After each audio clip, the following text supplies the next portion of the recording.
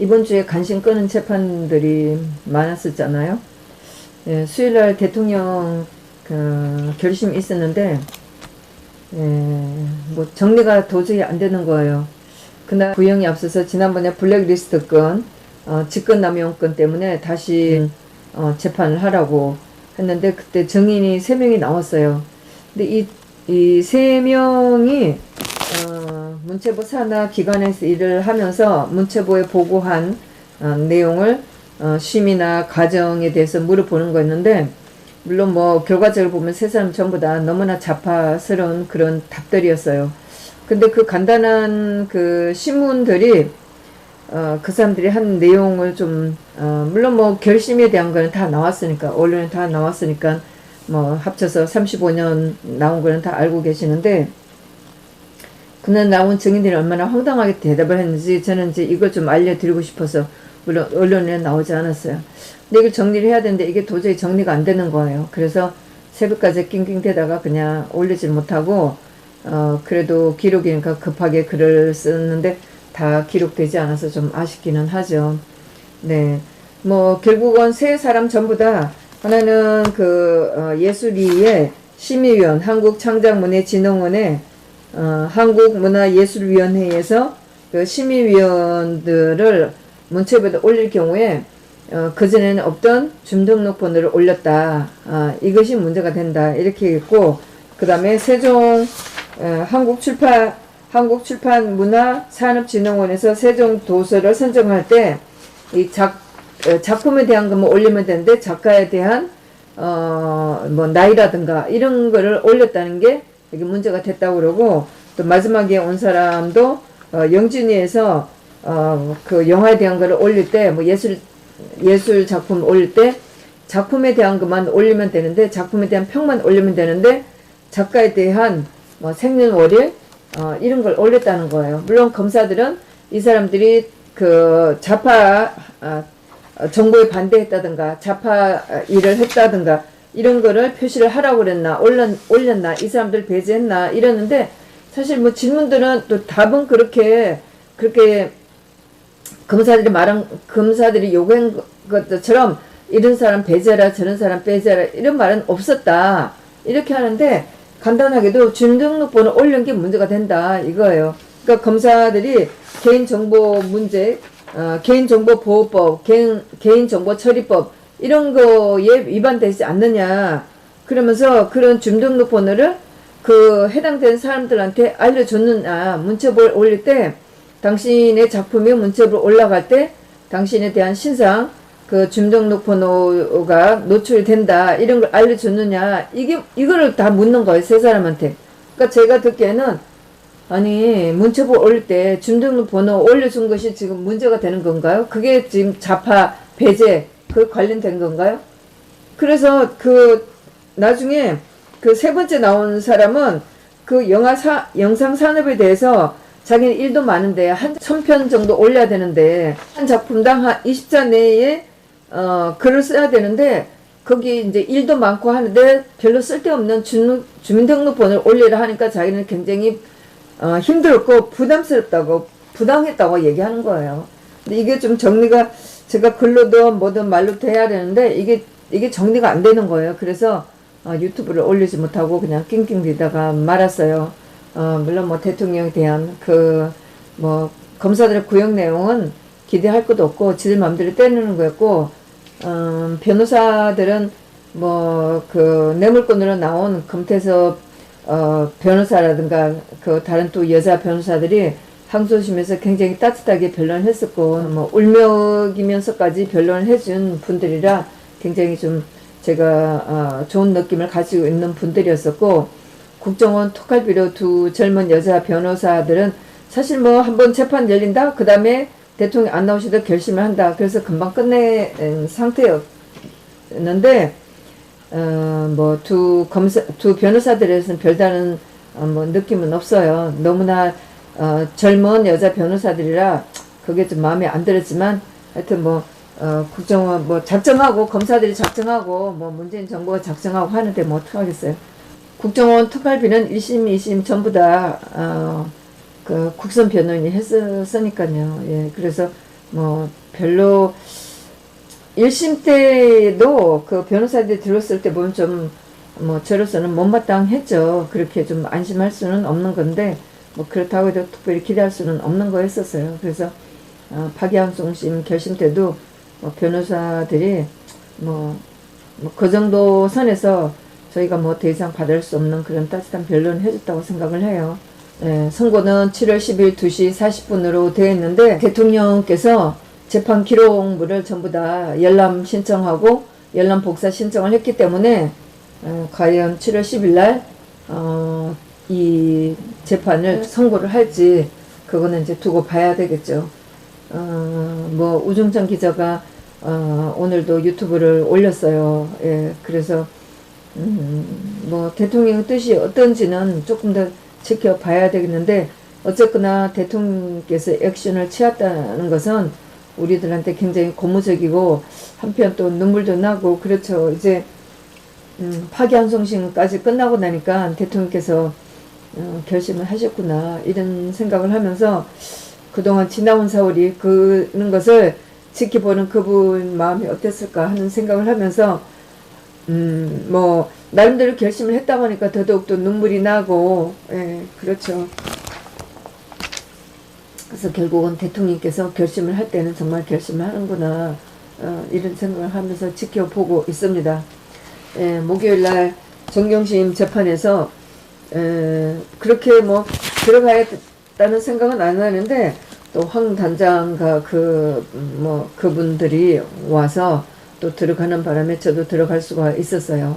네, 뭐 벌써 언론에 다 나온 대로 황당한 일들이 있었고 2009년도에 조민이 서울대 공익인권법센터 심포지움 이렇게 하는데 뭐 국제사형제도 아마 이런 거였는데 여기에 조민이가 갔다고 정경심 측에서 주장을 하고 거기에서 갔다는 뭐 세미나에 갔다는 확인서 뭐 이런 게 다 사실 저 같은 경우에도 뭐 학교 다닐 때는 아니 나중에 사회 다닐 때도 제가 간단한 어떤 뭐 간단한 공부도 좀 하고 그런 확인서 이런 걸 굉장히 많이 받았는데 저한테는 아무 의미가 없어서 저는 다 찢어 버렸거든요.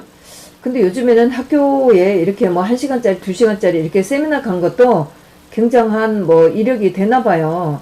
그래서 여기 심포지엄에 세미나에 갔다고 해서 지난번에 남자 2명 학생들은 조민이가 안 갔다 이렇게 하는데 정경심은 거길 갔다 하고 거기서 받은 확인서 세미나에 갔다는 확인서를 상급학교 가는데 확인서를 낸 거죠. 그런데 이제 거기에서 갔다고 하면서 그 조국이 지난번에 장관으로 나갈 때 문제가 됐던 그 사진들 중에 하나였었는데 조민이가 그 세미나에 가서 옆모습 보여주는 게 있었어요. 이게 지난번 기일에서도 계속 문제가 됐었고 이 부분에도 계속 이 건 가지고 얘기를 하는데 물론 여기 갔다 가짜 확인서를 만들어서 뭐 입시에 사용한 거잖아요. 그러는데 그러면서 그 옆 얼굴이라 확인이 잘 안 돼요. 지난 기일에서도 그때 뭐 한인석 교수의 제자라고 했던 여자가 그 세미나를 관리했던 그 여자가 와갖고 그 여자 거짓말을 황당하게 많이 했다가 판사한테 마저도 혼난 그런 여자인데 그 여자가 장례 정리를 했었어요. 그래서 그 여자는 조민이 왔다고 그러고 그러니까 정경심 측에서는 조민이가 왔다는 것을 이제 확인하기 위해서 그 사진을 냈는데 그 사진이 그 세미나에 갔을 때 조민하고 비슷하다고 하면서 사진을 낸 거예요. 그 세미나에 갔을 때 또 그 장례를 정리한 그 여자는 조민이 머리가 길었다 이렇게 하는데 이제 그날 검찰들은 단발머리 졸업을 했을 때 모습 그 사진을 낸 거였었어요. 그래서 여러 가지로 맞지 않는 그런 정황이었었는데 이제 그거를 증명하기 위해서 정경심 측에서 조민의 사진을 낸 거예요. 잘 보이지 않았던 사진하고 대조하기 위해서. 그런데 이제 친구들하고 앉아있는 그 테이블에 뭐 술병들이 놓여있는 그런 사진이었었는데 판사가 이제 확인을 하는 거였었죠. 혹시 저게 이 날짜가 지금 2007년도였는데 이거 맞느냐. 그리고 염색한 아이도 있고 술을 마시고 있는데 이게 조민의 그 2009년도 그때의 사진 맞느냐 이제 이렇게 얘기하니까 변호사가 불확실한 면이 있다 이러면서 다시 한번 확인해 본다고 이렇게 넘어간 게 있다고 이제 언론이 다 났죠.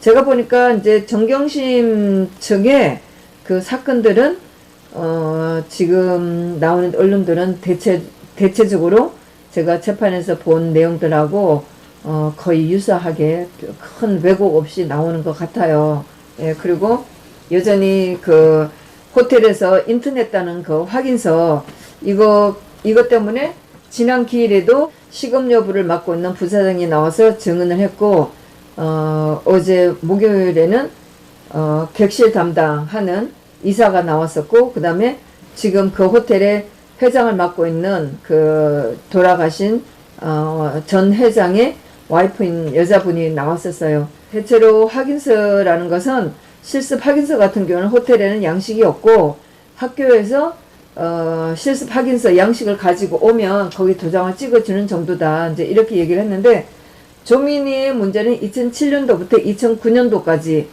그러니까 고등학교 1학년에서 고등학교 3학년까지 2년 한 몇 개월 되는 거예요. 거의 3년 가까이 뭐 정확하게 하면 2년 2개월인가 이렇게 되는데 3년에 걸치는 기간 동안에 부산 아쿠아 호텔에서 아쿠아 팔레스에서 실습을 했다는 거예요.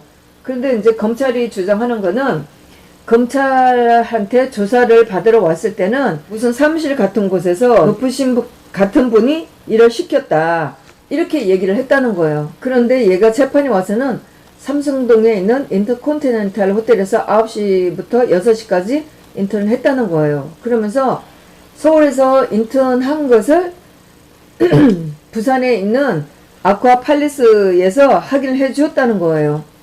예.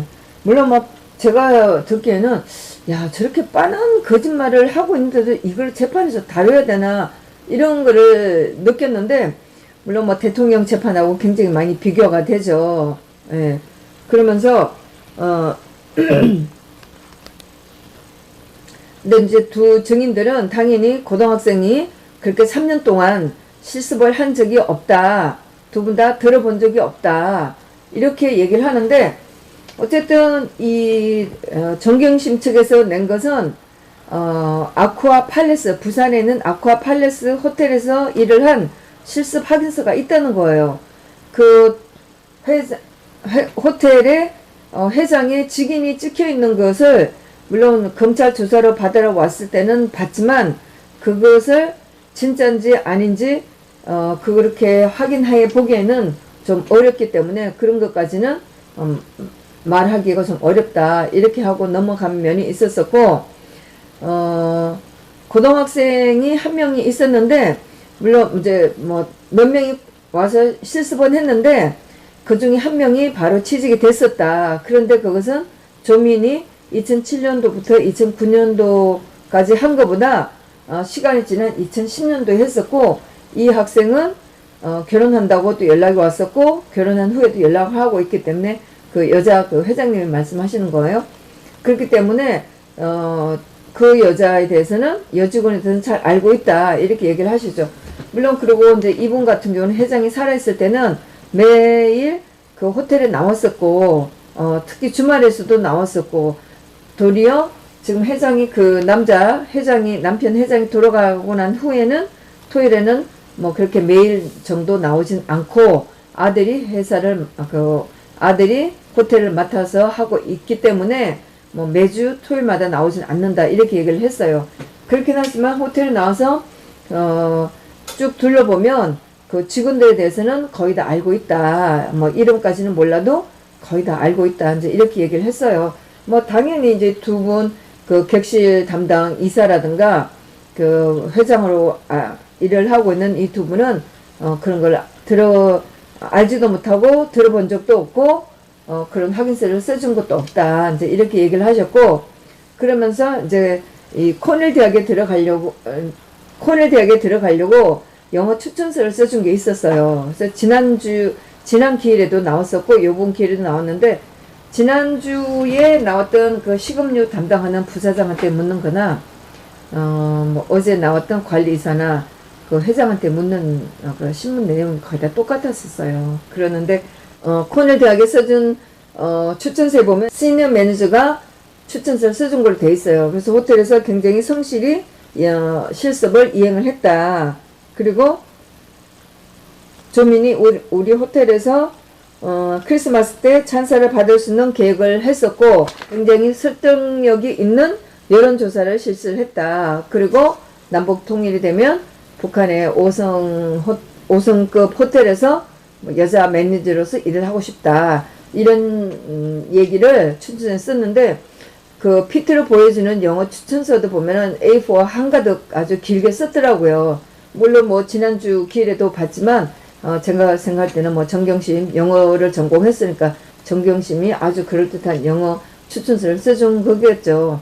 뭐 이 아쿠아 팔레스에서 온 어떤 분도 자기네들은 이런 거를 본 적도 없고 써준 적도 없다 이렇게 얘기를 했죠. 그 컴퓨터에서 마우스의 왼쪽을 눌러보면 속성이 나와요. 그러면은 그 문서들이 언제 최초에 작성이 됐는지 뭐 이런 게 나온 게 있어요. 그랬는데 2009년 9월 7일로 작성일자가 되어 있는데 그 영어 추천서에는 9월 15일 날짜로 적은 걸로 되어 있죠. 하여튼 저는 보면서 야, 저 부모들이 어떻게 자식들하고 저렇게 거짓말을 하라고 시킬 수가 있을까 참 이해가 안 되고 그 정경심의 조국의 지지자들이 같이 재판에 들어와서 재판을 받았음에도 불구하고 나가서는 정경심 교수님 힘내세요 이렇게 하는 걸 보고 참 이해할 수 없는 우리로서는 도저히 이해할 수 없는 그런 인간들의 면목을